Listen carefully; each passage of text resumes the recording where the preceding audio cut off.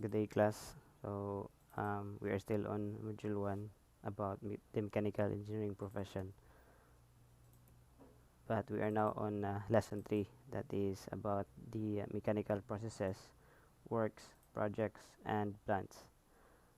By the end of this lesson, you will be able to enumerate mechanical processes, works, projects, or plants, and discuss its applications to our field, that is the mechanical engineering field.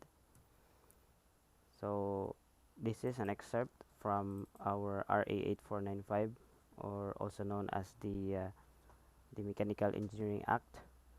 So this is from Article 1 Section 3 letter C. So naadri yung scope ng ating mechanical processes, works, projects, or plants. So it shall include steam plants, geothermal plants, dunder thermal plants, nuclear plants, ocean thermal energy conversion. So this is a new technology in our power plants, so abbreviated as OTEC. We have internal combustion plants. We have the diesel and the gasoline, but the commonly used is the diesel. We also have hydraulic plants, pumping plants, compressed gas plants, all kinds of mills. We have rice mills, we have sugarcane mills, then we have shops, and then factories, shipyards, dry docks, heating, air conditioning, ventilating, and refrigeration plants that contains any mechanical equipment. We also have machinery or processes deriving power from steam, fossil fuels. We also have the wind. Yung pinakasikat dito na example is yung nasa Ilocos, yung wind turbine. Then we also have air or gas, water, or solar heat. So we're using here the the photovoltaic cell. So yan yung pinaka common, yung mga solar panels natin. We also have nuclear energy, ocean waves and tides, or other energy sources. So paki-memorize na lang dito kasi important ito. So mag-start tayo sa thermal power plant. A thermal power plant, it converts the thermal energy from steam into mechanical energy at the turbine shaft. And furthermore, it also, this mechanical energy is also transformed into into electrical energy using the generator. So the generator is responsible in converting mechanical to electrical. And then it also uses the principle of Rankine cycle. So this Rankine cycle will be discussed in your thermodynamic subject. But for this time, again, for all thermal power plants, it utilizes the Rankine cycle. Now, as you can see, this is a pie graph. So this is the thermal power contributes the largest share in the global power industry. As you notice, the main fuel in thermal power plant is the coal. So the coal constitutes 44.5% of the total of the total energy that is being used in the entire world, followed by the natural gas, then nuclear, and other renewables.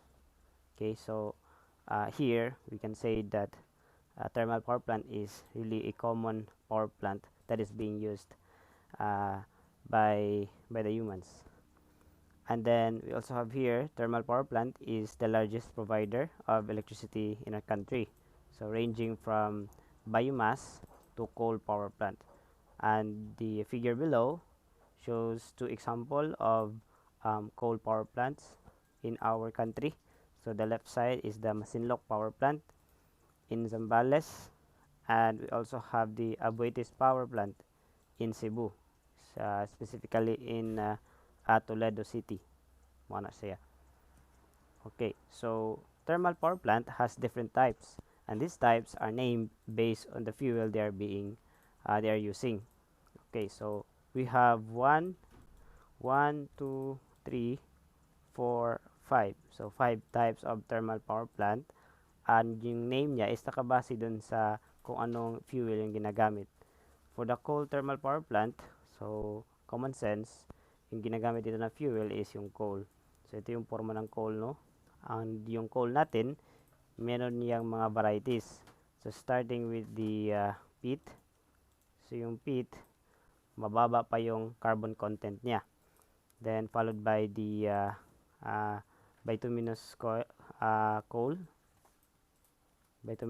and we also have the anthracite. So yung anthracite, mataas na yung kanyang carbon content. So kapag mataas yung carbon content, mas mataas din yung kanyang heating value. So very very good in burning. So mas mabisa siya na gawing fuel sa ating coal thermal power plant kapag mataas yung carbon content. Then we also have the Dunder thermal power plant. So yung mga dust, mga likabok, yan yung parang ginagawang fuel ng isang thermal power plant, pero bihira lang to siya. And then yung next is yung gas thermal power plant. So as you can see in the picture, this is an offshore oil rig, no? So dito nagpa-pump sila ng oil below the the water surface. Okay?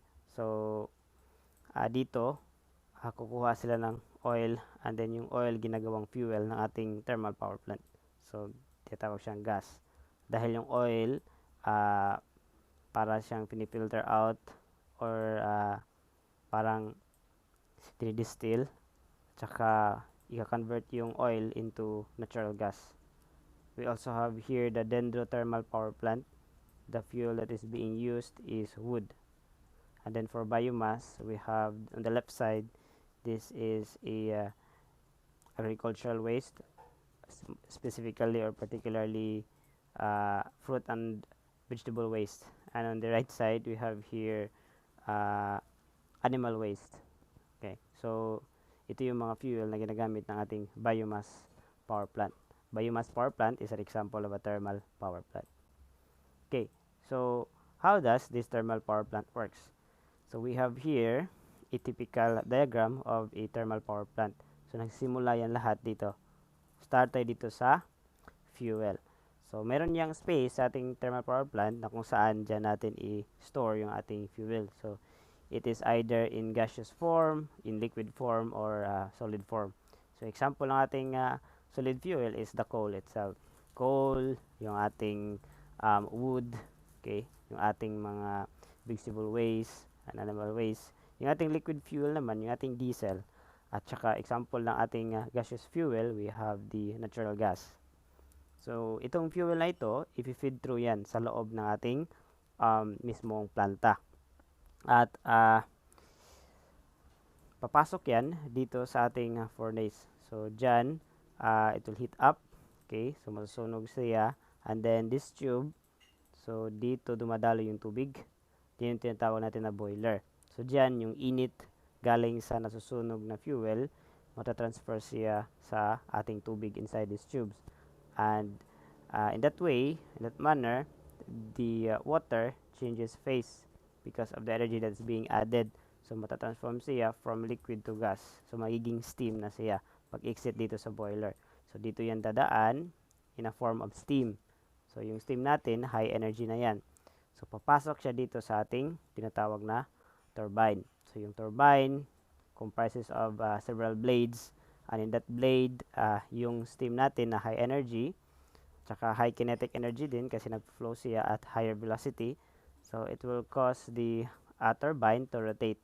Okay? And since yung turbine natin, okay, so dito natin na manifest yung transformation ng energy kasi yung energy in a form of heat na galing sa steam ma-convert into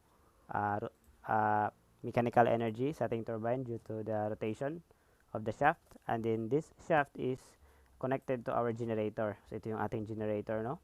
Yung generator may coils yan, so ita-transform yan yung mechanical energy into electrical energy at magpo-flow yan dito sa ating mga wires at saka i-feed yan sa ating transformer. So yung transformer natin, yung trabaho niya is to step up the voltage that is being generated sa ating generator. So bakit natin is step up? So that we can distribute that one at longer distances. But hindi ibig sabihin na kapag i-step up natin yung voltage, so lalaki yung power. Yung power dito same lang. Bale, kung nag-step up tayo ng voltage, so syempre meron din yung corresponding decrease in in current. So once na step up na yan natin, that is already enough to be distributed over longer distances. So if magpo-flow na yan siya sa ating transmission lines. Okay, so balik tayo dito sa ating turbine.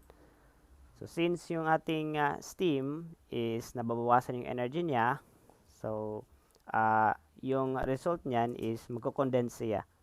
So instead of purely steam, so meron na yan siyang mga condense na mga parts. So dito hindi na siya pure steam, may halo na siyang tubig. And then papasok yan dito sa condenser. So yung condenser siya yung magpapababa ng temperature ng ating steam para i-convert siya ulit into water. So yung condenser natin is connected yan sa ating condenser cooling water. Of course, our condenser is also an example of a heat exchanger wherein the relatively cold water from the river is pumped towards our condenser. So yung cold water galing sa river, mag-exchange yan ng heat dito sa exhaust steam galing sa turbine. So once it exchange heat, of course, yung ating cold water galing sa river, so mag-increase yung temperature niya. So siya yung nagdadala ng energy at saka i-exhaust niya dito sa river. And then yung condense naman na water galing sa turbine, of course, yung temperature niya mag-drop kasi nag-exchange siya ng heat sa ating condenser cooling water. And then in that manner, so ready na siya na i-feed back again dun sa ating boiler. So dito yan siya dadaan sa ating feed water. And of course, meron din tayo ditong pump. So si pump yung responsible sa pag-increase ng circulation para ma-feed through siya doon sa loob ng boiler. And then the cycle continues again and again. And dito rin, balik tayo dito sa ating boiler. So dito nangyayari yung combustion ng ating fuel na finifeed. So dito, of course, for every combustion, meron talaga yung flue gas, or yung products ng combustion. So saan ba yan natin itatapon? So dito yung dadaan dito sa parang funnel. Tsaka ito yung ating tinatawag na mechanical pollution abatement system. Okay, mechanical pollution abatement system. So siya yung nag-filter, Example yan yung ating na-discuss na yung electrostatic precipitator. Okay, so dyan with the with the passively charged plates, so itatrap mo yung mga minute particles para hindi na siya ma-expel sa ating atmosphere. Okay, so itong long na funnel, tinatawag itong chimney. So yung chimney, naka-design yan, meron yan siyang parang desired height, okay, na kung saan dyan natin ilalabas yung ating flue gas. Kasi hindi din yan pwede na mababa lang kasi of course makaka-pollute yan sa mga surrounding communities. Kailangan enough height siya so that yung fumes hindi siya bababa. Okay, so ito lang yung ating typical example ng ating thermal power plant. Kahit anong uri pa yan na fuel yung ginagamit, but yung mga parts niya pareho lang. May boiler, may turbine, may generator, may transformer, tsaka may transmission lines. Meron talaga yung condenser kasi kailangan natin na ibalik yung steam into water, and then yung water dadaan yan sa feed water line, tsaka meron din ditong pump at tsaka ipapump back yan dito sa ating boiler. So hindi talaga pwede na walang boiler sa isang thermal power plant. Okay, so I hope nag-take note kayo dito, tsaka I hope na nakikinig kayo sa bawat explanation for all the parts of this thermal power plant. Okay, so next punta tayo sa nuclear power plant. It is a type of thermal power plant that utilizes the process of nuclear fission in order to generate electricity. So inside sa ating nuclear reactor, the uranium fuel is bombarded with neutrons, thus producing enough heat to turn water into steam. Yung nuclear power plant natin is an example of a thermal power plant. Yung ginagamit lang yan na fuel is nuclear fuel, or also known as the uranium fuel. So para makapag-produce tayo ng enough heat, so meron tayong pinapa-occur nga na nuclear fission. So nuclear fission wherein yung ating uranium fuel is pinapabombard natin ng neutrons. And with that, so yung fission mangyayari siya. And with that, it produces enough heat para yung tubig natin ma-turn into steam. So, ano ba yung mga advantages ng ating nuclear power plant? So, this type of power plant produces no polluting gases. Unlike dun sa coal natin, na mag-emit siya ng mga carbon monoxide, yung mga NOx, SOx na nakaka-apekto sa ating environment. Whereas in nuclear, wala siyang ma-exhaust ng mga harmful gases, no? Kaya hindi siya contribute sa air pollution. And then thus does not contribute to global warming. So hindi siya maka-contribute sa global warming. Isa ito sa mga advantages niya. Then very low fuel cost kasi 1 kilo ng uranium maglalast yan for years. Okay? So very fuel efficient. And then power station has very long lifetime. So yung structure niya hindi agad masira kasi dapat sturdy yung pagka built niya in order to stand the heat from the nuclear reactor. And then yung cons lang dito is yung waste is radioactive and safe disposal is very difficult and expensive.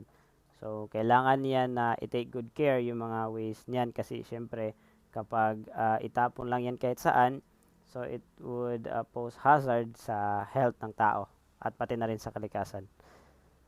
Then next is local thermal pollution and large-scale accidents can be catastrophic. So thermal pollution sa mga neighboring communities na or neighboring ecosystem, lalo na yung mga runoff no, mga water runoff galing sa nuclear power plant. So mainit yan. Kapag itatapon agad yan sa pinakamalapit na bodies of water or river, so yung mga isda doon mamatay kasi syempre mainit yan galing sa nuclear power plant. Another thing is kapag may mga accident na mangyayari, so catastrophic din kagaya nung nangyari sa Chernobyl sa Ukraine. So is yung nuclear disaster doon. So maraming tao yung namamatay. And also yung sa Fukushima Daiichi sa Japan during dun sa 8.9 na magnitude na earthquake na nangyari sa Japan, at saka meron sumusunod yung tsunami. So doon na parang napektuhan yung planta kaya nag-shutdown at nasira yung planta. So it would also pose huge risk sa health ng tao doon sa Japan. Okay. So dito sa atin sa Pilipinas, yung Bataan Nuclear Power Plant, ito yung first nuclear power station in ASEAN. Completed siya, however, sadly, hindi siya ginagamit, okay? But never fueled. So, ito yung picture ng ating Bataan Nuclear Power Plant. Itong parang dome na nakikita nyo, yan yung ating nuclear reactor. So, yung thickness niya, napaka-kapal. Of course, para i-block yung radiation galing sa ating nuclear fission sa loob. Okay, so ito yung typical diagram ng ating nuclear power plant. And dito, makita pa rin natin yung mga basic parts ng ating thermal power plant, no? Meron pa din tayong turbine. So dito yung turbine, meron pa rin tayong generator, meron pa rin tayo ditong transformer at saka yung transmission lines.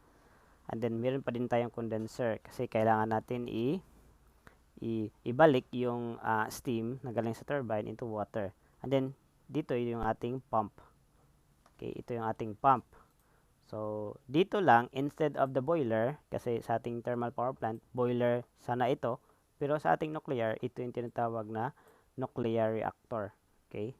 Nuclear reactor or the containment structure. So, yung containment structure natin dito, makapal talaga ito, class, in order to reduce the amount of radiation na may emit dito sa ating reactor vessel. Okay. Dito sa ating reactor vessel, class, meron tayo ditong control rods. So, yung control rods, siya yung nag-manage, no, ng amount of reaction. So, sa control rods, sa loob niyan, meron tayo diyang i-feed na fuel. So, yung fuel natin, example is uranium. Okay, yung common. Pwede din na plutonium. Okay. So, dyan, i-feed yung uranium, pati yung mga neutrons. Okay. So, yung ating uranium plus neutrons, so magbobombard yan, it would produce nuclear fission. So, dyan, it will emit tremendous amount of heat energy. Kaya, habang papasok or kapag papasok na yung ating tubig, so it will boils up. It will transform into steam. Okay? So, kaya yung steam natin na high energy na, so i-feed yan sa ating turbine. And then, yung turbine, mag-convert na naman ulit sa ating thermal energy into electrical energy through the generator. Okay, so ito lang, class. Next, punta tayo sa ating geothermal power plant. So it is a type of thermal power plant that utilizes the natural steam from underground hydrothermal reservoir. So this hydrothermal reservoir comprised of a mixture of water and steam. So si geothermal, isa pa rin siyang thermal power plant, pero yung source niya of fuel is steam pa rin, pero available siya naturally. So kailangan lang natin na ihukay dun sa ilalim kasi underground hydrothermal reservoir. So yung ating hydrothermal reservoir comprises of a mixture of water and steam. So hindi talaga yan pure steam. Kaya nangangailangan pa tayo ng device so that we can separate, no, yung water separate natin para yung makukuha lang talaga natin yung steam. Okay. So ano ba yung parang advantage ng ating geothermal power plant? So this type of power plant is environmentally friendly. So same siya ng ating nuclear power plant. Wala siyang mga exhaust gases na nakaka-harm sa ating environment. Then renewable siya. Bakit renewable? Kasi syempre unlimited naman hanggat alam mo yung source ng geothermal power, hanggat natutukoy mo yung hydrothermal reservoir. So unlimited na talaga yan. Very stable. So stable siya. Hindi siya magpa-fluctuate unlike kapag solar energy tayo. So magdedepende lang yan kung malakas ang sikat ng araw or stable yung sikat ng araw. So kapag gabi, syempre hindi yan mag-generate. So sa geothermal, stable yan. Kapag may source tayo, so hindi yan nababawasan kasi pa-cycle-cycle lang yan. And then very reliable. So kapag may mga, kunyari, i-compare natin ito sa hydrothermal. So sa hydrothermal, kapag may El Nino, so walang tubig. So, paano makakapag-produce yung hydrothermal kapag walang tubig? Pero si geothermal, reliable siya. Kasi kahit may El Nino, meron pa rin tayong source of fuel. Yung ating natural steam galing sa underground thermal reservoir. However, meron siyang mga cons, no? So, this power plant demands specific location where the geothermal source is available. So, hindi lahat ng lugar sa buong mundo, may mga geothermal power plant. So, limited lang siya. Kaya, swerte tayo sa Leyte. So, meron tayo dyan sa Tungunan, sa Kananga. So, meron tayo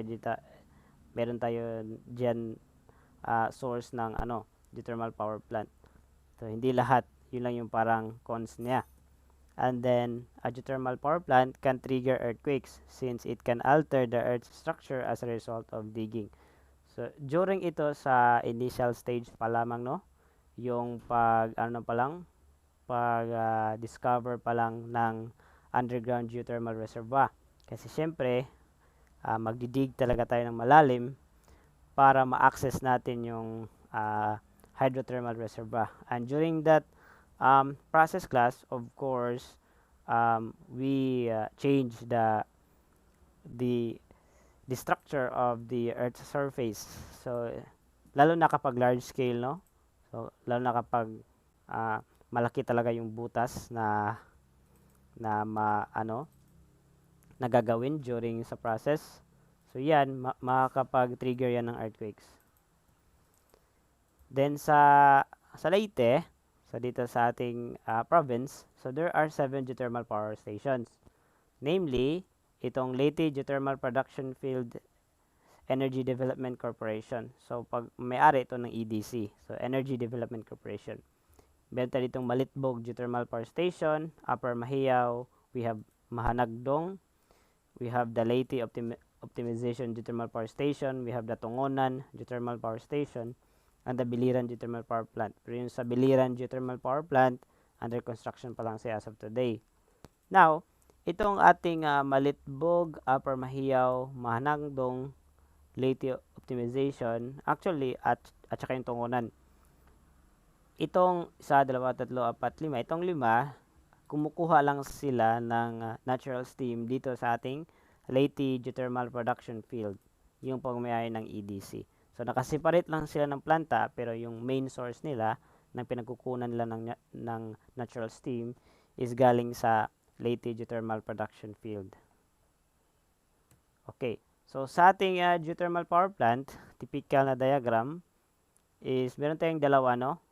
Meron tayo dito sa left, tinatawag siyang binary cycle plant.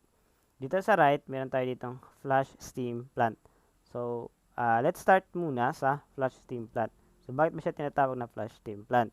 So, ito-trace natin yung kanyang diagram. So, dito sa ilalim, meron tayo ditong hydrothermal reservoir. So, ipapump up yan through this production well. So, ipapump up yung steam, tsaka papasok yan dito sa ating tinatawag na steam separator device. So, kaya nga tinatawag siya na flash steam is yung i-extract lang talaga natin or yung gamitin lang talaga natin is yung steam. Yung tubig, hindi yan natin ipasok sa ating steam turbine. Kasi yung tubig, relatively low energy. So, wala tayong ma-extract sa tubig at low temperature na energy niyan kasi low energy na siya. So, itong steam yung importante lang. Kaya ipa-flash siya or isa-separate siya. So, kapag na-separate na yan through sa ating steam separator, so, yung steam natin na walang halong tubig, papasok na yan sa ating steam turbine. So, yung steam turbine, pinapaikot niya, tsaka connected sa generator in order to produce electricity. Okay? So, kung mapapansin nyo, meron pa din yung basic parts ng ating thermal power plants. Turbine, generator, condenser. Okay. So, as it leaves the turbine, yung steam, syempre magko-condense yan. Tsaka, kailangan pa din yan na ipababa yung kanyang temperature, temperature. So, kaya papasok pa siya sa condenser. So, dalawa na properties yung ma-reduce dito. Una is yung temperature, pangalawa is yung pressure. Of course, kasi dumadaan siya dito sa turbine, so mag-drop din yung pressure niya. So, kapag nakukool na siya dito sa condenser, so ready na siya na i-feedback again dun sa ating geothermal reservoir. Ito yung tinatawag na injection well. Okay? So, ibabalik siya sa kanyang source. Kasi, once ibabalik na siya dun, so, iinit naman yun, tsaka the cycle continues. Okay. Yung cons lang ng ating, yung pros ng ating flash steam is simple lang yung design, no? Kasi, gumagamit din tayo ng steam separator. However, yung cons dito is that, since yung mismong steam talaga na galing sa ilalim, yung papasok sa turbine, so there's a possibility na it contains a lot of impurities, no? A lot of contaminants. Hindi natin alam, baka mataas yung sulfur content niya. And then, of course, kailangan din niya ng relief valve. So, it will emit or it will exhaust sa ating atmosphere. At saka, harmful yan sa ating health. So, yun lang yung cons dito sa ating flash steam plant. Pero, kapag, yung cons niya, magagawa naman siya ng paraan. Like, i-filter natin yung mismong source ng steam natin. I-filter siya. meaning we are going to remove those contaminants that are harmful to our health. So, pwede rin siya. Now, dito sa binary cycle plant, dito sa left side, nire-respond niya yung problem, no, sa ating flash steam plant. So, dito, yung mismong steam na galing sa ilalim, hindi siya yung i-feed sa ating turbine. Okay? So, yung gamit lang nating steam dito is siya yung parang nagbibigay ng init or energy doon sa mismong fluid na ginagamit natin sa ating turbine. Kaya nga tinatawag siya na binary cycle kasi it involves two fluids, no? So, yung fluid na isa is yung organic fluid. So, itong organic fluid lang yung mag-circulate sa ating mismong geothermal power plant. Yung pangalawa naman dito is, syempre, yung ating steam na galing sa ating geothermal reservoir. Okay, kaya dalawa siya. Now, itong organic fluid, example dito is yung ammonia. Okay? Ammonia. Now, si ammonia class, maganda siya kasi available siya, mas cheaper compared sa others. And then, yung organic fluid natin dito is, kailangan siya na mas mababa yung kanyang boiling point, no? So, yung boiling point ng ammonia class, actually, mga nasa 16 degrees Celsius lang or mga 20. Correct me if I'm wrong. So, mas mababa siya compared sa boiling point ng water. So, dito, makakapag-absorb siya ng napakaraming energy galing dito sa ating steam. So, yung flow niya is same pa rin sa flash steam. So, galing yung steam na galing sa geothermal reservoir, papasok dito sa ating production well. And then, it will enter inside our heat exchanger. So, instead of using the steam separator, dito sa binary, gumagamit tayo ng heat exchanger. Dito sa heat exchanger, so meron tayo ditong steam inlet. So, high yung temperature dito. And since nag-exchange siya dun sa ating organic fluid, so, it gives off energy. So, yung naka-gain ng energy dito is si organic fluid.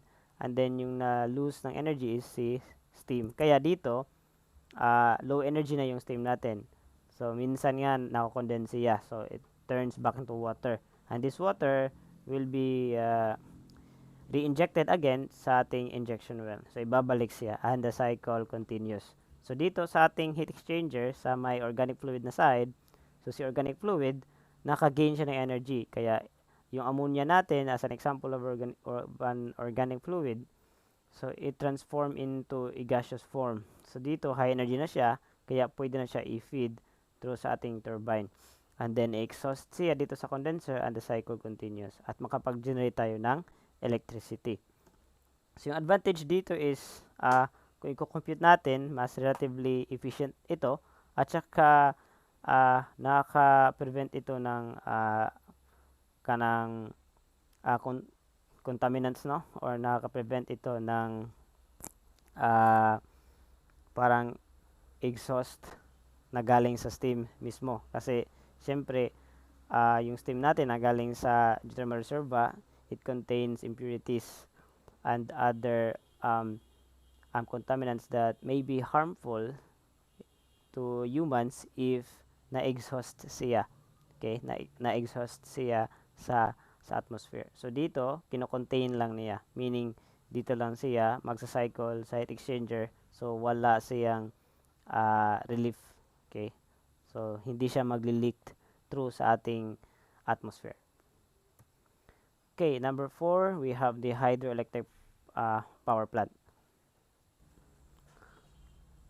Now, yung water from a higher elevation possesses potential energy. So, as it flows downward, the potential energy is transformed into kinetic energy kasi nagpo-flow na yung tubig natin. This flowing water na may kinetic energy is then entered inside a turbine and converts the kinetic energy into mechanical energy that is available in the shaft. And then a generator is connected to the turbine in order to produce electricity. So, yan lang. An example dito is yung ating tidal power plant, no? Is somewhat a type of hydroelectric power plant that harness the energy from the rise and fall of tides and convert it into electrical energy. So, makikita natin sa ating world electricity production during 2012. So, dito, yung porsyento lang ng ating hydro turbine is 16.5% lang, no? So, underdeveloped pa siya. So, need pa ng research and development. And then, mababa pa talaga yung parang nag-utilize at saka nag-establish ng ganitong power plant. Okay, kasi magdidepende kasi yan sa location kapag meron tayong parang falls, no, na mataas, or yung elevation ng ating water reservoir is ideal for this type of power plant, then maybe we can establish or construct this type of power plant. Okay, pero as compared to other sources, no, mas mababa pa talaga yung ating hydroelectric, kasi yung naunguna talaga is yung ating thermal power plant na yung fuel is coal. Okay, so ito yung typical diagram ng ating tidal power plant. So meron siyang dalawang scenario, no, that is during high tide and low tide. So during high tide, kung papansin nyo sa ating figure, yung tidal barrage para siyang harang, no. Kunyari ito yung ating bodies of water. So, yung tidal barrage, ito yun. So, parang meron siyang wall. Okay? Para siyang wall. And then, parang meron tayong ditong parang reservoir, no? Okay? Meron siyang wall. Meron tayong reservoir. So, ito yung bodies of water sa labas. Tsaka meron tayo dito bodies of water din sa loob. So, meron tayo dyan sa ilalim, may butas yan. Yung butas na yan is ito yun. So, sa butas na yan, meron tayo dyang turbine na kinakabit. At yan yung tinatawag na turbine tunnel. Now, during high tide class, syempre yung mangyayari is mas mataas yung elevation ng tubig dito sa labas ng ating tidal barrage compared sa ating reservoir. Kasi galing to siya sa low tide. So, yung mangyayari is yung tubig, okay, yung tubig na galing sa labas, so papasok yan. And syempre as it enters, dahil may head difference, okay, yung head height difference, so meron tayong elevation, so potential energy, and then as it flows inside the turbine tunnel, so maka-convert siya into kinetic, and that kinetic energy would cause to rotate our turbine, and therefore we develop the mechanical energy. And then by connecting this one to a generator, so nakakapag-produce tayo ng electricity during high tide. So yung incoming tide, yung nagpapaikot sa ating turbine dito. At papasok yan sa ating reservoir, or also known as the tidal basin. Okay. During low tide naman class, so syempre kapag once na-reach na, no, yung desired level, so high tide na siya. So yung purpose din ng ating sluice gates para ma-optimize yung height difference, so isasara din yan. Okay, isasara din yan. Once na-reach na yung high tide dito sa ating reservoir, sa tidal basin, at saka napansin din natin na with the time, naglo-low tide na. So, mas mababa na yung tubig dito sa ating sa dagat. So, yung gawin naman dito is i-open yung sluice gate, tsaka ibabalik na yung ating tubig na galing sa tidal basin doon sa dagat. So, outgoing tide. At dito, meron tayong reverse flow. So, yung reverse flow, pinapaikot pa din niya yung turbine at saka makakapag-generate tayo ng electricity. So, during high tide to low tide, nakapag-generate tayo ng electricity. So, ito lang yung simple diagram ng ating tidal power plant. Okay, so ito yung ating diagram ng typical hydroelectric power plant na makikita natin sa inland, no. So, ito yung main construction. Itong malaking structure na ito, so this is made of concrete. Tinatawag to siyang dam. So, yung dam, parang binigyan niya ng storage yung tubig. Okay? So, yung storage na yun, tinatawag yung reservoir. Okay? So, yung reservoir natin is mas mataas yung elevation niya relative sa ating planta mismo, na kung saan makikita natin yung ating turbine. Of course, yung sa reservoir, since mataas yung potential energy niya relative dito sa turbine location, so magpo-flow yan siya dito sa ating tinatawag na penstock. So yung parang tubo na nagko-connect sa reservoir at dun sa ating turbine, tinatawag yan na penstock. So sa intake class, meron yang screen, no. Siyempre itatrap niya, baka meron diyang mga kahoy or anong debris. So, syempre, nakasira yan kapag papasok yan sa turbine. So, may screen ito. So, as it enters sa penstock, so, from potential energy dito, na-convert siya into kinetic energy. So, kinetic energy that is responsible in rotating the turbine. So, as the turbine rotates, so the mechanical energy is produced, and then this turbine is connected to our generator, and the generator transform the mechanical energy into electrical energy. And then, i-connect yan sa ating transformer, ready to be distributed over large distances, so long distance power lines. Okay, so once yung tubig natin mag-exit sa turbine, so since nababawasan na yung energy niya kasi as compared to its initial position kanina mas mataas, dito mababa na, so mababa na yung energy niya at saka yung velocity niya hihina na rin. Okay, so yung exit natin dito tinatawag siya na tail water. Okay, so another term po dito sa reservoir natin is tinatawag din ditong headwater. Okay, kung mapapansin nyo, si headwater versus tailwater, malaki talaga yung height difference niya. So kapag malaki yung height difference, malaki rin yung ating energy na po-produce. Kapag maliit itong delta H, okay, that is the height difference of the headwater and the tailwater, so maliit din yung output ng energy sa ating hydroelectric turbine. So simple as that.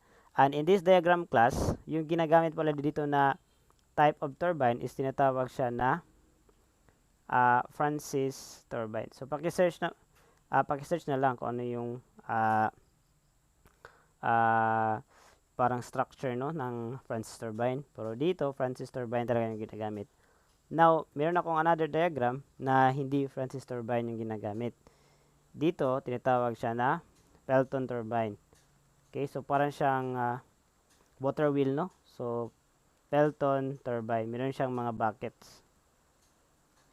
Okay, so same pa rin yung parang diagram niya. Meron pa din siyang dam, tsaka meron tayong head race or tinatawag itong headwater, tsaka meron tayong tail race or another term for the tail water. So dito sa ating reservoir, okay, reservoir, so papasok yan sa ating penstock. So penstock pa rin ito, at saka syempre, it possesses kinetic energy. So, papasok yan sa ating nozzle. So, yung nozzle class, yung trabaho niya is to increase the velocity of the water, thus increasing the kinetic energy.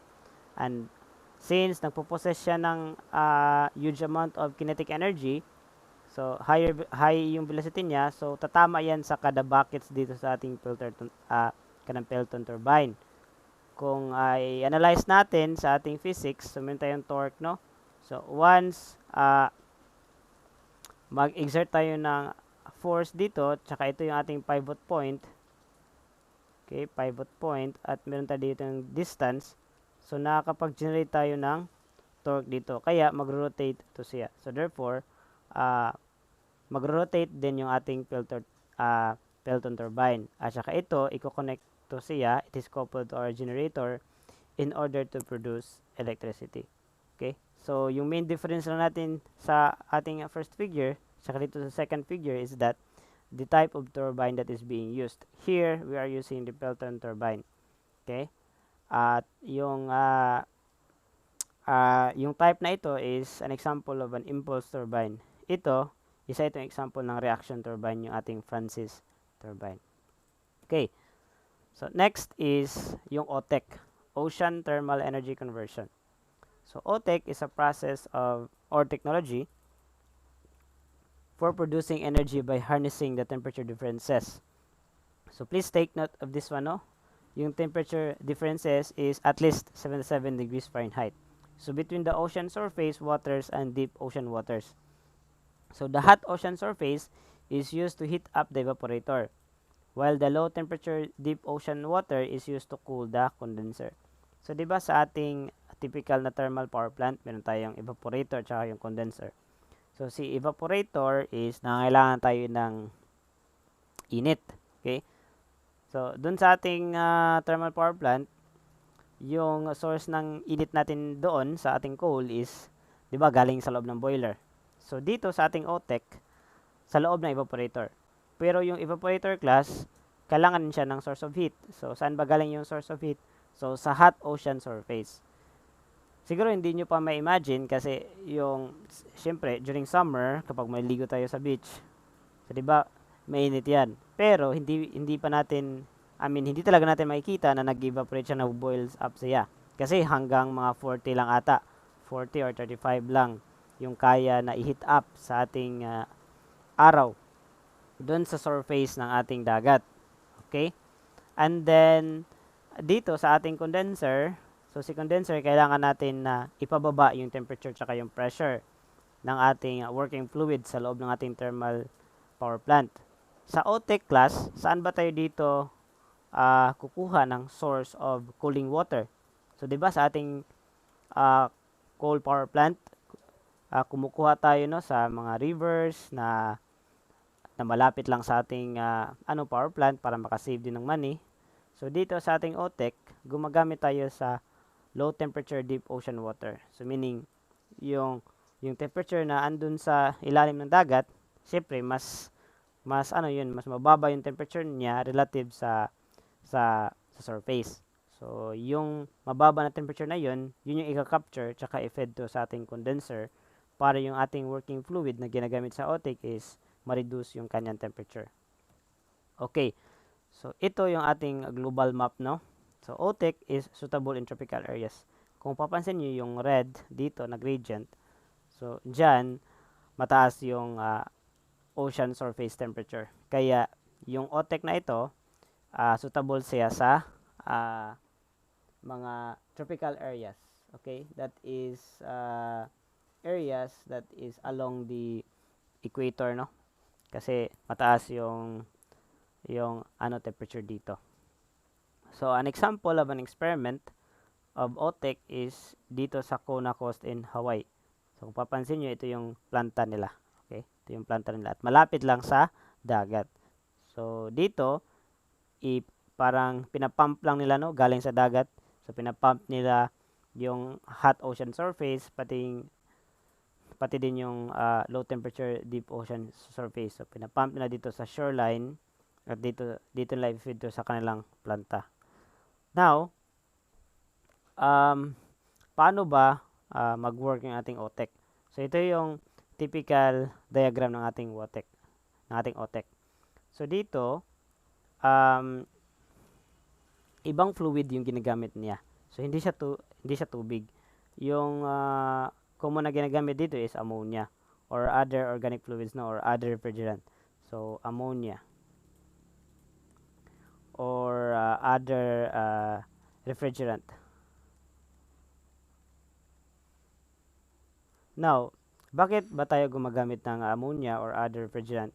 Kasi, kung papansin nyo, yung temperature lang na ma-achieve ng ating surface seawater is 26 degrees. Or others, mag-reach siya ng 35 or 40, so depende sa condition, sa weather condition. Ammonia, mabisa siya kasi yung boiling point niya is mga 22 lang or 15, and yung other refrigerant, minsan nga yung iba magbo-boil siya at 11 degrees Celsius. So mas mababa talaga. Kaya ideal siya sa ganito na type of power plant. So kung papasin nyo sa diagram, mag-start tayo sa evaporator. So dito sa evaporator class, dadaloy yung ating ammonia or other refrigerant. So yung evaporator natin is an example of a heat exchanger. So bakit ba siya naging heat exchanger? Kasi meron tayong dalawang fluid dito na nag-exchange ng energy. Yung fluid number 1 is yung ating hot warm seawater surface. So dito siya papasok, mainit siya. So papasok siya sa evaporator. Papasok din si ammonia na meron siyang low temperature. So mababa yung temperature niya. So dito sa loob ng evaporator, mag-exchange siya ng heat. So yung warm seawater natin, mag-exit yan at relatively lower temperature. However, yung ating ammonia or other refrigerant, mag-exit yan siya at relatively higher temperature. So mainit na siya. Okay, mainit na siya, and then in vapor form na siya. Okay? In vapor form or in gaseous form. So mataas na yung energy niya. So saan ba siya kumukuha ng energy? Galing sa ating warm seawater. Okay, so papasok siya sa turbine, and then yung turbine mag-rotate yan, at saka i-coupled sa generator in order to produce electricity. So, since sa ating thermal power plant, kailangan talaga na ibalik siya from gaseous form into liquid form. So, saan ba siya dapat ilagay? So, ilagay siya sa ating condenser. So, sa condenser natin, class, still a heat exchanger. So, dito, para maibalik natin from gaseous form into liquid form, so we need some other fluid that is relatively lower temperature para makapag-exchange tayo ng heat. Okay, so dito, ni-utilize yung ating cold seawater na at 1,000 meter deep. So dito sa example natin, pwede pa mas mababa pa talaga. Okay, or mas malalim pa para mas mababa yung temperature dito.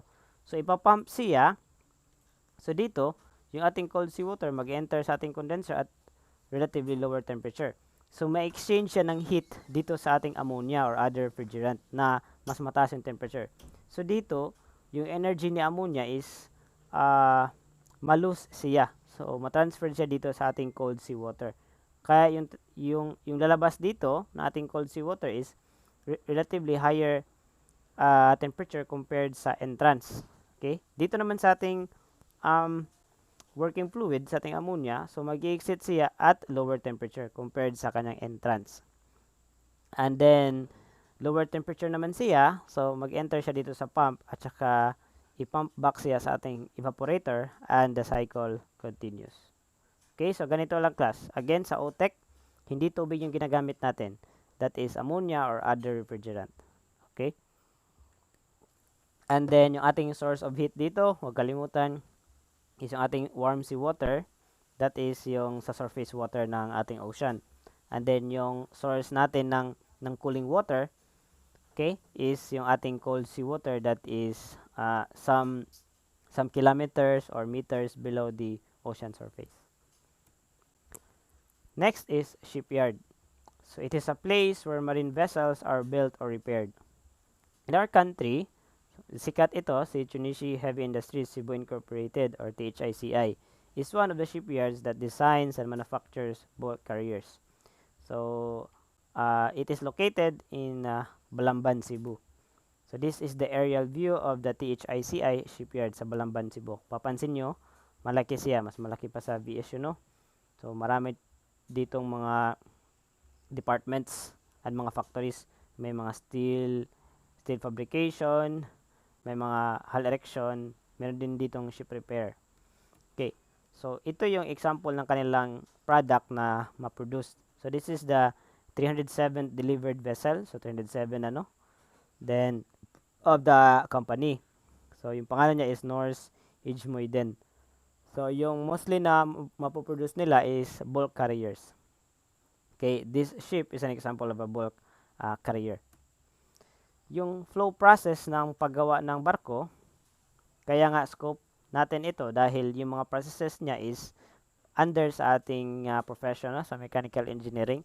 So steel cutting, under yan natin. Yung fabrication, under din yan natin.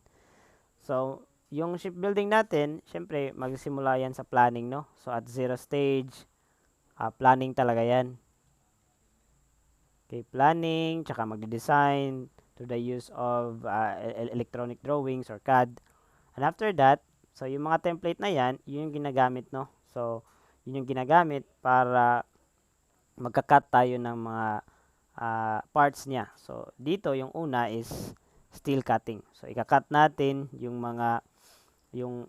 mismong body niya, no? Okay, so steel cutting. Next dyan, so once na-cut na natin is, syempre, i-assemble natin yan. Or i-fabricate natin by blocks. So, by blocks, yung style ng paggawa ng barko ngayon. Unlike before, na isang talaga, like, isang parang skeleton ng barko.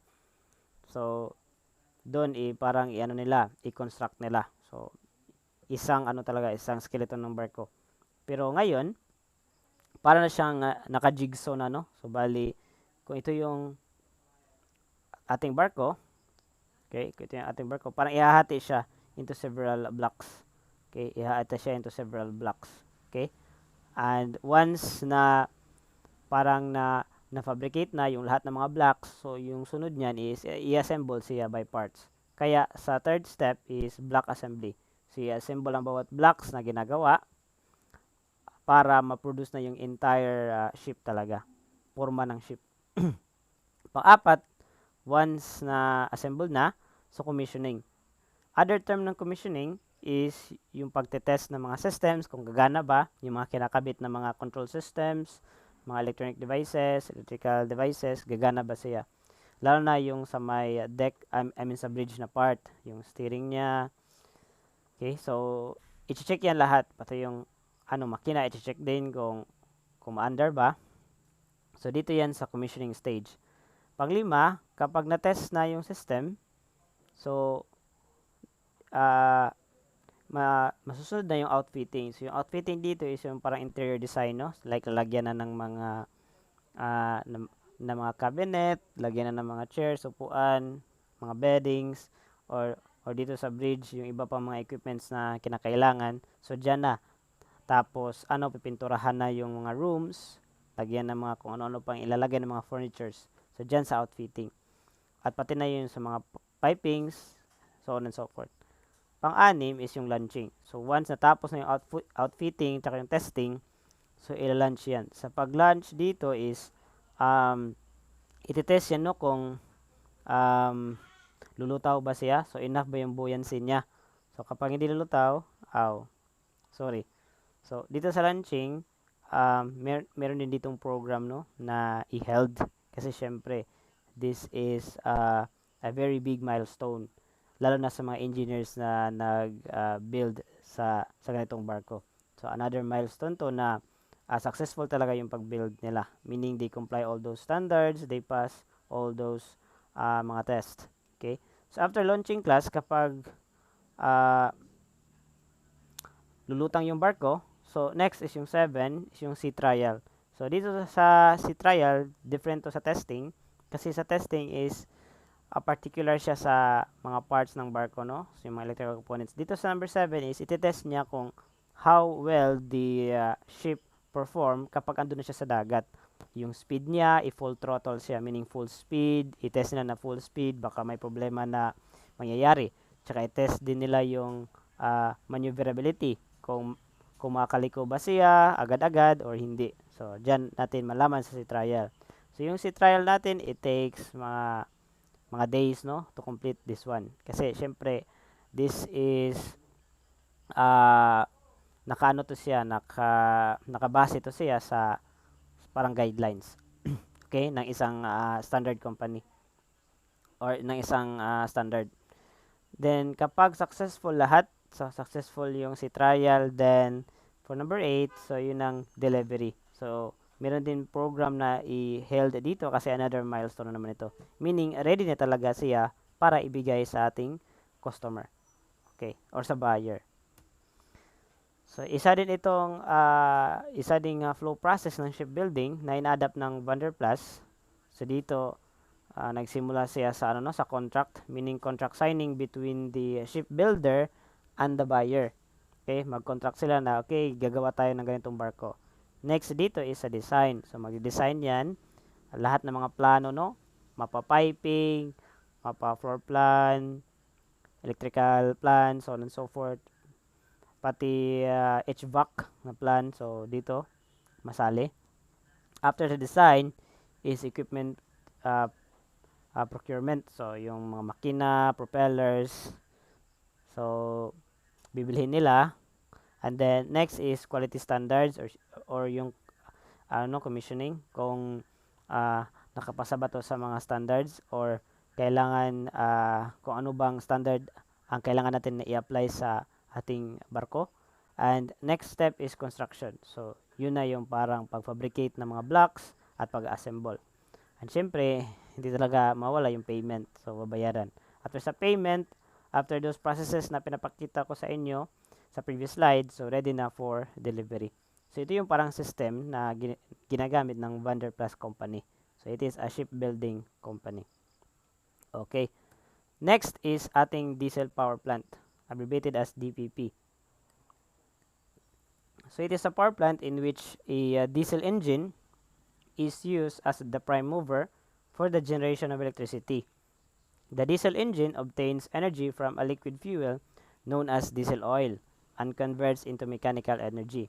So a generator is coupled in the engine, converts this mechanical energy into electrical energy. So yung energy distribution nating diesel power plant, actually 34% lang no from the diesel oil, 'di ba? Yung diesel oil uh, it it possess chemical energy. Pero hindi siya 100% na maka-convert into useful work. Siyempre, marami niyang mga losses. So, only 34% lang. Okay? Hindi nga siya nangangalahati. Tapos, paano na ba yung ibang mga energy, sir? So, na-convert siya into waste, no? Yung isa dito is 30% dun sa cooling water. Kasi, syempre, iinit talaga yung ating diesel power plant. Kailangan siya ng cooling water. Yung iba dito, gumagamit ng oil as the coolant. Then, yung 25%, mapupunta naman sa exhaust gases. So, syempre, after combustion, meron tayo ganang mga refuse or mga exhaust gases. So, syempre, yung exhaust gases natin, mainit din yan. So, nagpo-process pa rin yan ng energy. So, 25% sa ating input energy is exhaust gases yan. And then, yung remaining 11% is yung radiation and friction. So, friction sa mga moving parts ng ating diesel power plant. Okay, so again, 34% lang no yung may utilize natin as useful energy, that is in a form of electricity. Okay, so yung mga advantages ng DPP. So DPP requires less water for cooling. Then thermal efficiency is better than steam power plant of same size. Overall cost is cheaper than that of a steam power plant of same size. And then DPP requires no operating stop. So unlike dun sa boiler no, na kailangan pa natin na may mag-monitor, may mag-feed through dun sa mga fuel niya. Pero dito sa DPP, once naka-under na yung mismong diesel power plant, so tuloy-tuloy na yan. Okay, so this is the typical diagram of our diesel power plant. So ito yung ating main engine, no? Okay, main engine. So syempre, nangailan pa rin yan ng fuel. So meron tayo ditong fuel storage. So papasok dito yung fuel. Of course, simple na parang concept sa ating diesel para mag-function siya, kailangan niya ng fuel. Okay, di ba? Sa ating fire triangle, kailangan natin ng fuel, then source of heat, and then oxygen. Kailangan talaga itong tatlo in order to combustion to happen. So, fuel galing sa ating fuel storage tank, that is diesel oil. Yung heat, saan ba ito galing? So, sa ating diesel is, di ba, for combustion to occur, that is heat due to compression. So, sa loob diyan may mga piston. So, i-compress niya yung air. So, since nangailangan tayo ng oxygen, so yung oxygen is galing yan sa ating hangin, air. So, yung air, mag-enter yan dito. Okay? So, meron tayo ditong preheating. Yung purpose ng preheating class is yung incoming air class, okay, syempre, mababa yung temperature niya compared sa loob. So, di ba, yung ating engine, i-compress niya yung air para mag-increase yung temperature niya, pati yung pressure. So, yung preheating class, parang i-increase niya yung temperature para mas maliit na lang, para mas hindi na mag-exert ng effort si engine sa pag-increase ng temperature ni air. Kasi kapag mailit na si air, so, mas mapadali yung combustion. So, kaya, isa itong parang feature, no? Good feature sa ating diesel power plant kapag meron tayong preheater. Meaning, bago papasok yung air doon sa intake ng ating engine, so, init muna siya dito sa ating preheater. At saan ba tayo kumukuha ng init sa ating preheater? Galing dito sa ating exhaust gases. Kasi waste ito eh. Kapag nangyari na yung combustion, so mag-exhaust yung gas dito. So, diba, that is 25% of the energy. So, yung 25%, gagamitin na lang natin yan para i-preheat yung air na papasok dito sa ating engine. So, this is an economic way, no? Economic way to utilize the energy that is being exhaust. Okay, diri Now, dito sa ating engine, so syempre, yung chemical energy na galing sa fuel, maka-convert into mechanical energy. And kapag i-couple yan sa generator, makaka-produce tayo ng electricity. Okay, so very simple lang class yung ating concept ng ating diesel power plant. So nangailangan siya ng fuel in a form of diesel oil, nangailangan siya ng air, and then sa loob ng engine, saan ba tayo kumukuha ng source of heat? So that is heat due to compression. Okay, so after that, i-couple yan sa generator. And then yung purpose ng preheater is to heat the incoming air para hindi na kailangan ni engine na i-convert pa yung air into high energy. No? Okay, another layout of a diesel power plant. So marami na siyang parts pero isa-isahin natin, no? So syempre, ito yung ating diesel engine, sa loob ng diesel engine. So meron nangailangan siya ng fuel. So galing yan sa fuel oil tank sa dito. Tsaka yung purpose ng filter dito is syempre i-filter niya baka may mga suspended solids or mga contaminants, filter niya. Tsaka i-pump siya dito sa ating fuel injector. So yung ating fuel injector, siya yung mag-spray, no? Spray ng fuel sa loob ng ating combustion chamber. Next, dito sa compressor, ano bang purpose dito? So yung compressor, siya yung siya yung mag-feed ng hangin dito, air. Dito, syempre, yung ating diesel engine, lalo na kapag heavy duty, compressed air na, no? So meaning high pressure na ito na i-feed through sa ating diesel engine. Kasi 'di ba sa fire triangle, nangalan tayo ng fuel tsaka yung air. So dito yung source ng air. Yung iba ding diesel power plant, gumagamit din sila ng compressed air, not for the supply air, but for the starter, the engine starter. Kasi may ibang mga diesel engine na gumagamit ng air starter. So yung air starter, gumagamit sila ng compressed air to start the diesel engine. Yung ating mga SUV, yung starter niya is electric. Okay, electric starter. Kaya meron tayong battery, tsaka yung ating electric starter, gagana yan kapag na-connect siya sa battery. So, siya yung responsible for the initial rotation of the crankshaft sa ating diesel engine. Then, meron din tayo ditong lubricating oil. So, yung function nating lubricating oil, so, syempre, dadaan niya ng pump para may circulation na mangyayari. Tsaka may filter pa din yan, baka may mga impurities. Then, papasok yan sa ating diesel engine. So, ano bang purpose ng lubricating oil? So, it acts as a substance to reduce wear and tear para walang gas-gas, para mas mas longer pa yung life ng ating mga mechanical parts sa ating diesel engine. And also, it acts as a coolant, okay? Para hindi mag-overheat sa loob. Yun yung purpose ng ating lubricating oil. And yung output or as the lubricating oil exits sa ating engine, syempre mataas yung temperature niyan kasi sa loob ng diesel engine, mainit yan. So, kailangan yan ng oil cooler. So, dito para siyang condenser, no? Meaning, bring niya yung temperature ng oil into lower temperature. Kaya meron tayo ditong parang cooling water. Okay?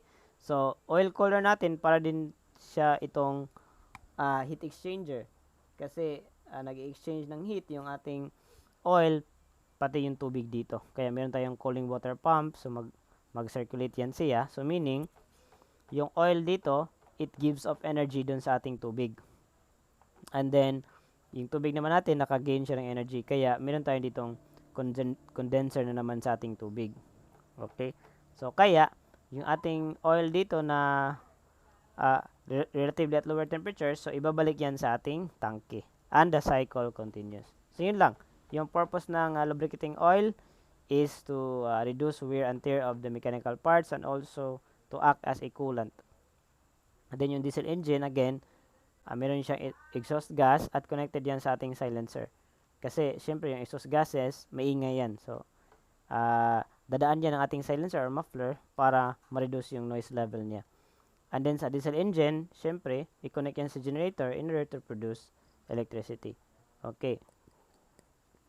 Kapag yung diesel natin class is hindi siya connected to a generator, So hindi siya matatawag na diesel power plant. Para lang siyang prime mover. Okay? So remember sa discussion natin. Meaning yung sole purpose niya is to produce mechanical motion lang or mechanical force. Pero kapag ikakabit na yan sa generator, in order to produce electricity, so matatawag na yan siya na diesel power plant. Okay, I hope na inyo i-take note. So next is data sa refrigeration system, no? So this is a system that removes unwanted heat from one place and discharges it into another. It uses a working fluid known as refrigerant that has relatively low boiling point. So this refrigerant absorbs heat inside the evaporator and rejects this heat inside the condenser. So dito sa ating diagram, ito yung ating tinatawag na evaporator. Evaporator. So dito sa evaporator class, yung init na galing sa ating mga pagkain, 'di ba, sa loob ng ating ref. So syempre, siya yung magpapainit dito sa ating working fluid sa loob. Okay? So Q added 'yan. So kaya syempre as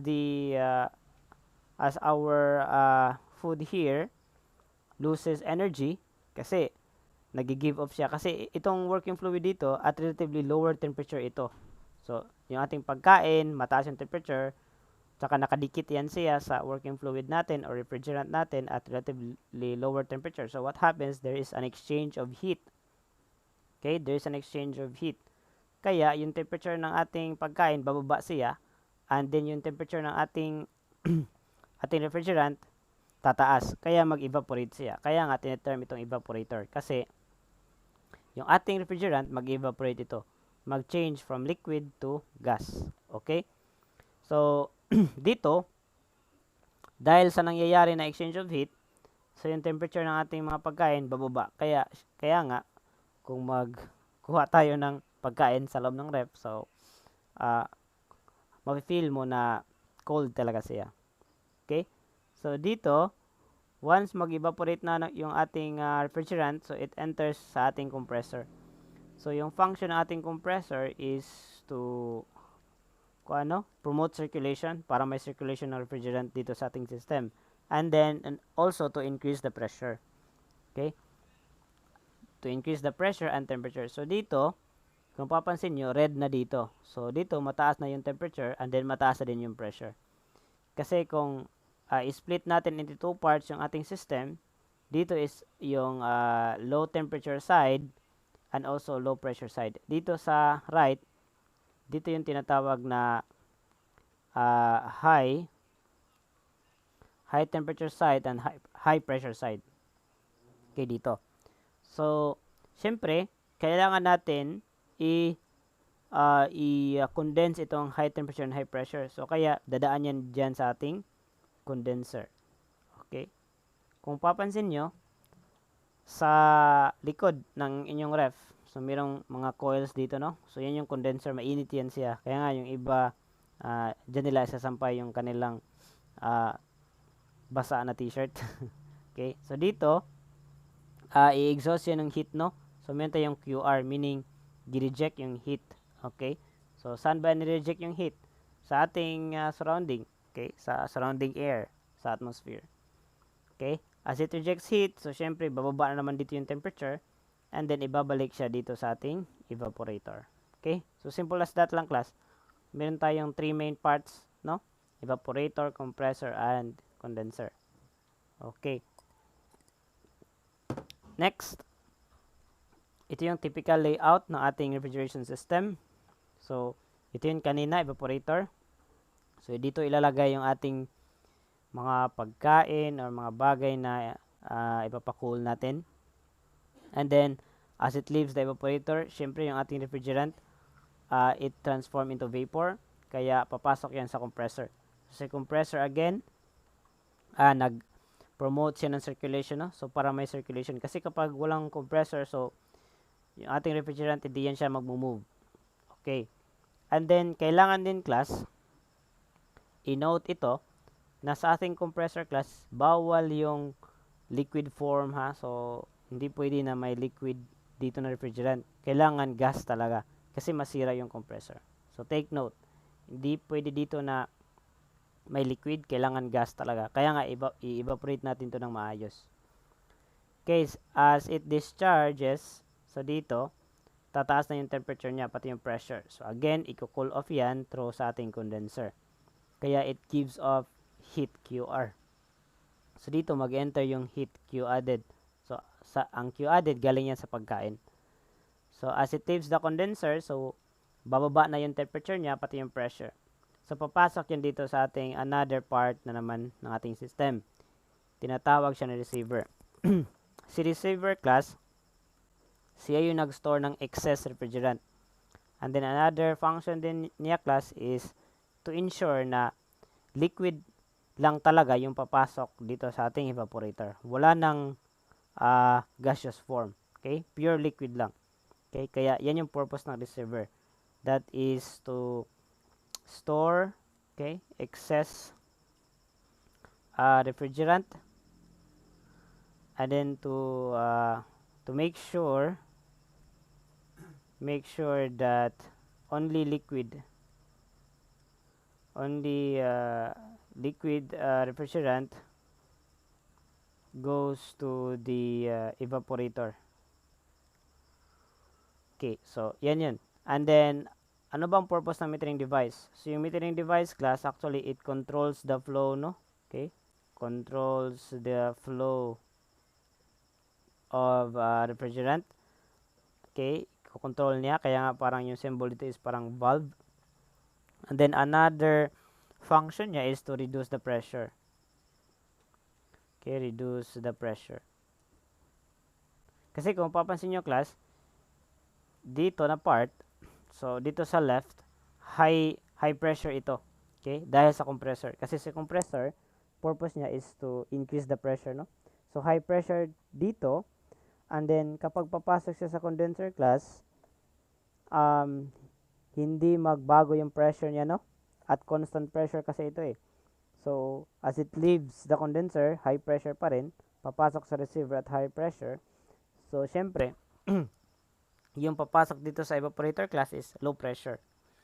So para ma-reduce yan, kailangan dadaan yan sa ating metering device. Other term dito is expansion device. So kindly take note na lang. So expansion device or metering device. Again, yung function dito is mag-control sa flow ng refrigerant at mag-reduce sa pressure. Okay. Next, air conditioning system. So it is a system that maintains the temperature and humidity of the space at a desired value in order to achieve human comfort. Additionally, it also promotes good air quality, that is, with adequate supply of oxygen and free from contaminants. The cooling unit, or also known as the AHU, so this is air handling unit, of an air conditioning system is connected to a refrigeration unit.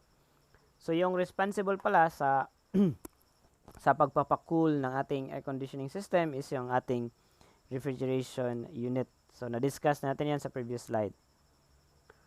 Okay, so this is the typical layout of our air conditioning system that is comprises of the ACU or the air conditioning unit.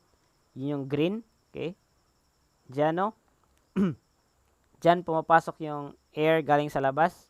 So ipapasok yan. And then, syempre, may init yan. So kailangan natin yan i-cool. So yung ating air conditioning unit, meron yan dyang refrigeration unit.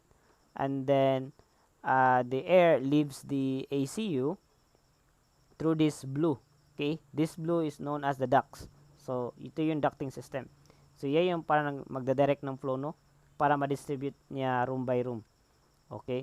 So, ito lang yung parang parang simple diagram ng ating air conditioning system applied in residential homes.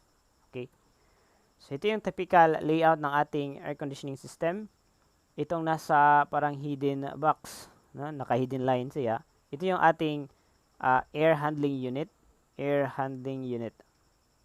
Okay. Yung difference ng air handling unit is that it comprises of several components, no? So, meron tayong una, filter. Ano bang purpose ng filter? Yung filter, syempre, nagre-remove yan siya ng mga suspended kanang particles. And then, meron tayo ditong surface cooler. So, syempre, sa air conditioning, kailangan natin i-cool siya. So, yung cooler natin is kinakabit yan sa ating refrigeration unit, RU, refrigeration unit. So, yan yung papakool ng hangin. Next is may heater. So, sir, bakit pinapakool tas may heater pa? Actually, yung heater dito, class, is to reduce the moisture content lang. Okay? Moisture content. Okay? Kasi, syempre, di ba, sa parang main function ng ating air conditioning system is to reduce the humidity, to alter the humidity, no? Kasi, para mas comfortable tayo sa ating room, kailangan hindi siya humid, hindi siya malinsangan. Kailangan sakto lang. So, dito, mag-remove tayo ng moisture. So, bakit tayo mag-remove ng moisture? So that our supply air can have the ability to absorb moisture inside the room. Para hindi na tayo makaka-feel na malinsangan siya or very humid. And then, syempre, hindi mawawala si fan. So, si fan, siya ang responsible sa air circulation or airflow. Kasi syempre, kapag walang fan, hindi yan madidistribute per room. Okay? So, as the air leaves the AHU, so, low temperature na siya at saka low humidity. Okay? So, dito, papasok siya dito sa ating air cleaning facility. So, ating air cleaning facility, it promotes air quality, no? So, para, siya, free from contaminants or other suspended solids, lalo na kapag yung ating air conditioning system is applied siya sa mga hospitals, no? Kasi sa hospitals, kailangan malinis yan. Or even sa mga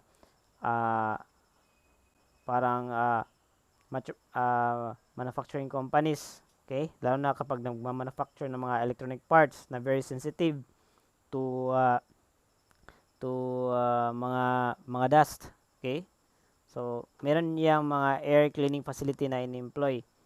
So, kapag sa hospital, so kailangan free from contaminants, no? Mga bacteria or virus. So, kailangan niya idadaan dyan. Pero sa mga residential homes, kagaya ng ating mga aircon, simple aircon lang, so, simple filter lang yung ginagamit.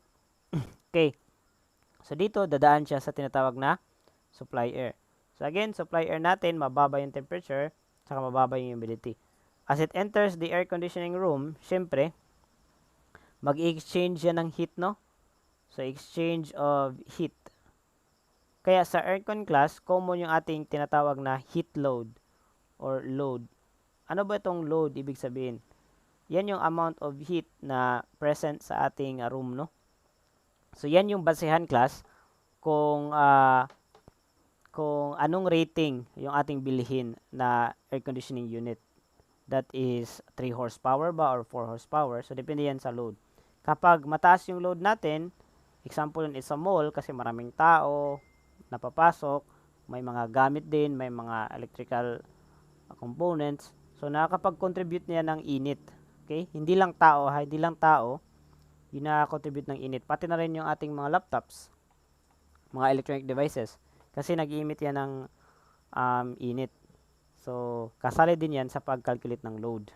So, kapag mataas yung load, dapat yung rating din ng ating AHU is mataas din. So, dito sa air-conditioned room, so nag-exchange yung heat dito. Meaning, yung ating surrounding air is cooled na siya. And then, dito rin, yung mga moisture, okay, yung moisture dito is nadadala sa ating supply air. Kaya, dito sa ating exhaust, dito sa return air, so madadala niya yung init, pati yung moisture. Kaya, i-feed through dito siya sa return air. At syempre, sa ating air conditioning system, hindi to siya closed loop ha. Meron to siyang exhaust air. So, bakit ba kailangan may exhaust air? So that, ma-expel natin, no? Ma-expel natin kapag may mga contaminants or mga virus na present sa ating room, ma-expel natin. Hindi pwede na i-recycle lang natin ha kasi nakakasama yan sa ating health. Kaya, may exhaust air tayo. Syempre, by percentage na ito. Meaning, hindi lahat. Kasi kapag exhaust lahat natin, so it takes a lot of time to cool again the incoming air. Okay, it takes a lot of time for the air conditioning or the air handling unit to cool again the incoming air. So kailangan meron tayong porsyento na ibabalik lang. Okay, hindi lahat i-exhaust. Percentage lang. Kasi mataas din yung ating bayarin ng kuryente dito sa ating air handling unit. At syempre, hindi mawawala. Dapat may fresh air. Hindi pwedeng walang fresh air na i-feed kasi syempre, kapag i-cycle natin ito, syempre yung tao sa loob ng room, mag-consume ng oxygen. So, kalaunan, kapag walang fresh air, mauubos yung oxygen dito. So, hindi na siya, yung hangin natin, hindi na siya of good quality. Kailangan may fresh air. So, yung fresh air natin, pati yung return air, magmi-mix yan dito. Kaya mixing air yung tawag dito.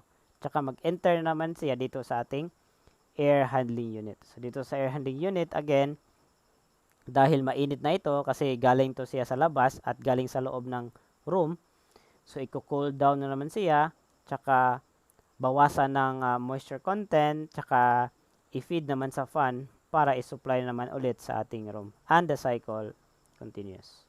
Okay?